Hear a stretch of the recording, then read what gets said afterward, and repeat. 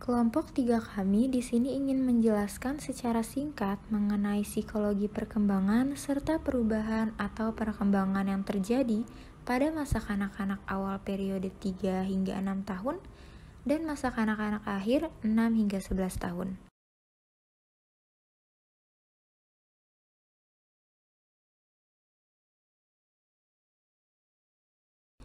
Munculnya psikologi perkembangan diawali dengan upaya ingin memahami perkembangan anak serta memberikan gambaran tahapan perkembangan anak secara keseluruhan dalam rentang kehidupan.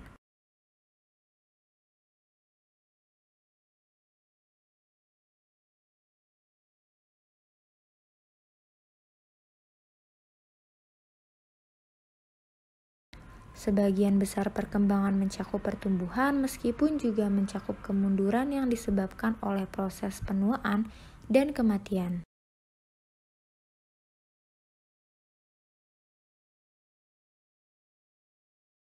Perkembangan anak merupakan proses perubahan perilaku dari tidak matang menjadi matang, dari sederhana menjadi kompleks, suatu proses evolusi manusia dari ketergantungan menjadi makhluk dewasa yang mandiri.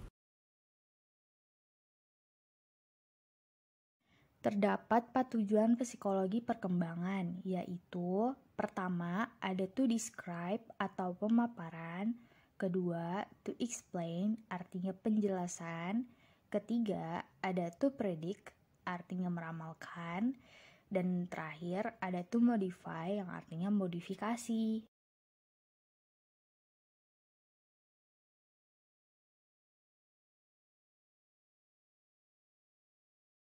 Satu, pertumbuhan fisik atau physical development mencakup pertumbuhan tubuh, otak, kapasitas sensori, keterampilan motorik, serta kesehatan.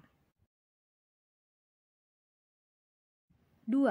Perkembangan kognitif atau cognitive development, perubahan dan stabilitas di dalam kemampuan-kemampuan mental seperti belajar, memperhatikan, mengingat, memahami, berpikir, bernalar, dan kreatif.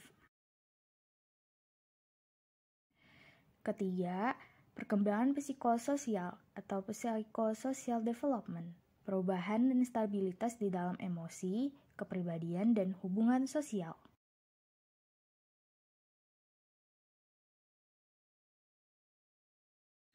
Periode perkembangan menurut Papalia dan Matorel 2014. Menurut Papalia dan Matorel, ada periode rentang kehidupan manusia untuk membatasi periode perkembangan manusia. Dimulai dari periode prakelahiran dari janin hingga lahir, bayi sampai balita dari lahir sampai 3 tahun, anak-anak awal 3 sampai 6 tahun, anak-anak menengah 6 sampai 11 tahun, remaja 11 sampai 20 tahun, dewasa awal 20 sampai 40 tahun, dewasa madya 40 sampai 65 tahun, dewasa akhir di atas 65 tahun. Hal yang mempengaruhi perkembangan. Hal yang mempengaruhi perkembangan.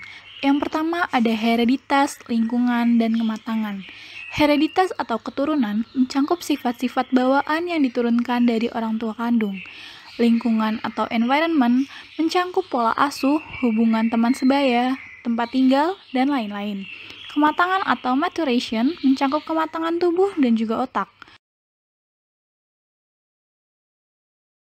Konteks perkembangan ini mencakup keluarga, status ekonomi, budaya, dan the historical context.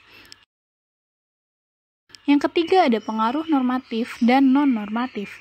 Normatif merupakan peristiwa biologis yang muncul dalam rentang waktu tertentu, sementara non-normatif merupakan peristiwa luar biasa yang memiliki dampak besar terhadap kehidupan individu. Perubahan dan pertumbuhan fisik, yaitu terlihat lebih tinggi dan kurus. Pada usia 3 tahun, biasanya anak-anak kehilangan bentuk tubuh yang membulat, mulai tampak langsing atletis sesuai dengan tubuh anak-anak. Pertumbuhan otot dan tulang.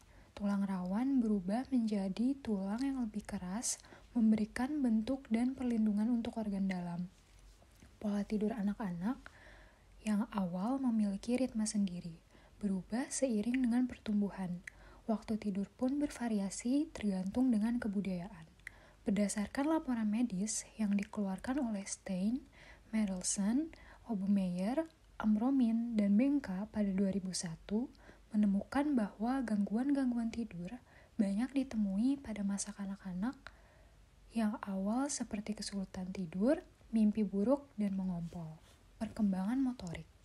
Kemampuan motorik kasar atau gross motor skills seperti berlari dan melompat yang melibatkan otot besar. Perkembangan sensorik dan area motorik pada korteks dan cerebrum memungkinkan koordinasi yang lebih baik antara yang ingin dilakukan oleh anak dan yang biasa mereka lakukan. Dikarenakan otot dan tulang mereka lebih kuat, serta kapasitas paru-paru yang lebih besar, setiap anak memiliki ketangkasan yang berbeda, tergantung pada warisan genetika dan kesempatan berlatih. Cara terbaik untuk perkembangan fisik adalah melalui bermain bebas dan tidak terstruktur. Kemampuan motorik halus atau fine motor skills. Perkembangan kognitif. Jane Piaget menggambarkan masa kanak-kanak awal sebagai tahap praoperasional atau pre-operational stage yang berlangsung pada umur 2 sampai dengan 7 tahun. Pada tahap ini, kemampuan untuk menggunakan simbol-simbol atau representasi mental sudah mulai dikuasai oleh anak.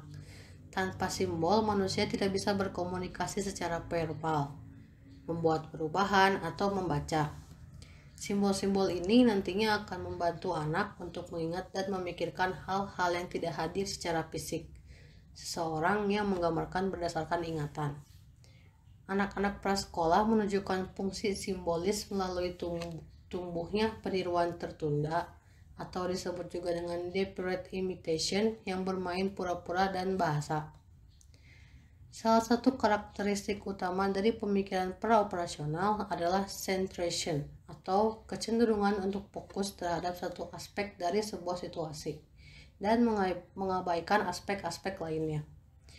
Menurut Piaget, anak prasekolah bisa mencapai suatu kesimpulan yang tidak logis karena ketidakmampuan mereka untuk melakukan desenter atau yang disebut juga dengan berpikir mengenai beberapa aspek dari sebuah situasi pada saat yang bersamaan. Egosentrisme adalah sebuah bentuk pengekspresian centration yang dikemukakan oleh Piaget. Dalam mempelajari egosentrisme ini, Piaget mendesain tugas 3 gunung.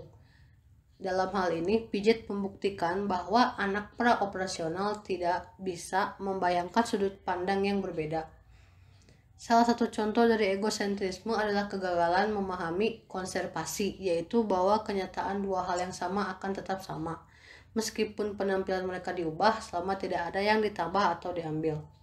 Piaget juga menemukan bahwa anak tidak benar memahami prinsip ini sampai mereka mencapai tahap konkret operasional dan mengembangkan berbagai macam konservasi pada usia yang berbeda.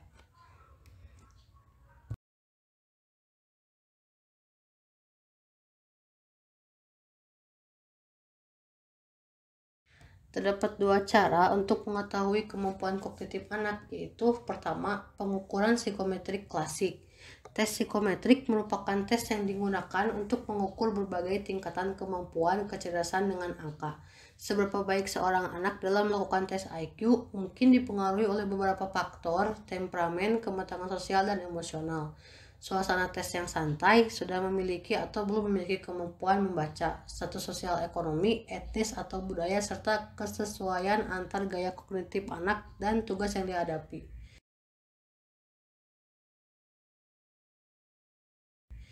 Yang kedua adalah pendekatan Vygotsky. Vygotsky mengemukakan tentang konsep zona perkembangan proksimal atau disebut juga dengan Zone of Proximal Development atau ZPD. ZPD adalah istilah Vygotsky untuk rentang tugas-tugas yang terlalu sulit bagi anak-anak untuk dikuasai sendiri, namun dapat dipelajari melalui bimbingan orang dewasa atau anak-anak yang lebih terampil. Memori. Selama masa kanak-kanak awal, kemampuan anak dalam perhatian serta kecepatan dan efisiensi mereka memproses informasi meningkat. Dan mereka mulai membentuk ingatan jangka panjang. Para ahli pemrosesan informasi menganggap ingatan sebagai sistem pengaturan yang memiliki 3 langkah. 1. Pengkodean atau encoding adalah proses seperti memasukkan informasi dalam sebuah map untuk diarsipkan di dalam ingatan. Proses melabel informasi tersebut dalam suatu kode atau label agar mudah ditemukan jika dibutuhkan. Kedua, penyimpanan storage adalah meletakkan map di dalam lemari arsip. Pengambilan kembali atau retrieval terjadi ketika informasi itu dibutuhkan. Model prosesan informasi menggambarkan bahwa otak memiliki 3 gudang, yaitu sensory memory, working memory, long-term memory.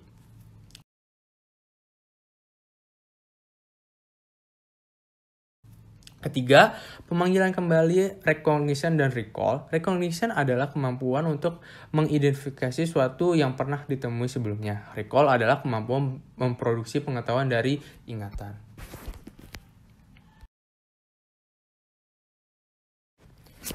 Tipe-tipe ingatan anak-anak dapat dibedakan dalam 3 fungsi. 1. Ingatan generik. Menghasilkan gambaran skrip atau bagian kejadian yang familiar dan berulang tanpa adanya detail tempat dan waktu. Kedua, ingatan episodik adalah ingatan atau memori yang terbentuk dari kesadaran akan sebuah kejadian yang dialami yang terjadi pada saat tertentu, bersifat sementara. Ketiga, ingatan autobiografis adalah ingatan yang terkait dengan perjalanan hidup seseorang. Ingatan-ingatan ini bersifat spesifik dan tahan lama. Perkembangan bahasa. Pada masa kanak-kanak awal sudah mulai memahami simbol dan sudah mengembangkan kemampuan literasi. Pada usia 3 tahun anak rata-rata akan mengetahui 900-1000 kata. Pada usia 6 tahun anak biasanya memiliki kosakata ekspresif yang bisa diucapkan sekitar 2600 kata dan memahami sekitar 20.000 kata.